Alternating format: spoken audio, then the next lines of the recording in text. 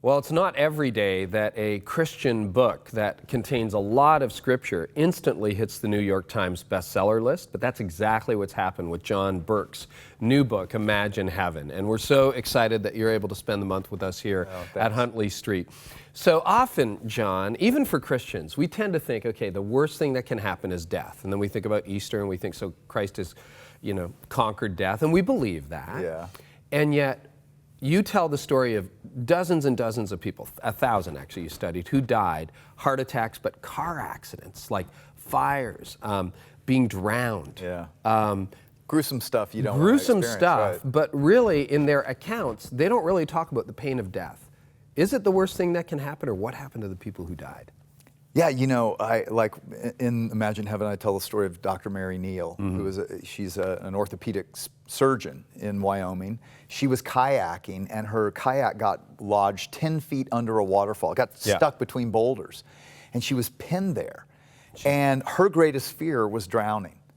And in that moment, she realized, okay, I'm not getting out of this. I'm going to die. And she calls out to Jesus, and she felt arms literally going around her physically and holding her. And she describes knowing that her knees were getting bent backwards and her bones were breaking and the ligaments tearing. And she said, but I was curious as a doctor, knowing it was happening, but I was blissful. Wow. She said, I felt better than I'd ever felt in my life. And then she ends up coming up out of the water in this great welcoming committee and this transition toward heaven. But what she said is not uncommon. Right. That people actually, they might feel it for an instant, but then, I think there's a peace. I think it's like Jesus said. He said, I am the resurrection and the life. Whoever believes in me, though they die, yet will they live. They'll live.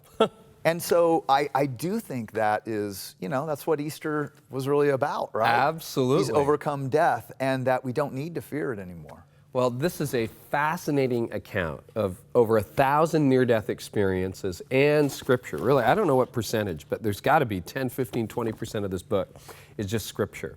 And what an incredible insight into what God has prepared for those who love Him. And you'll want to get your copy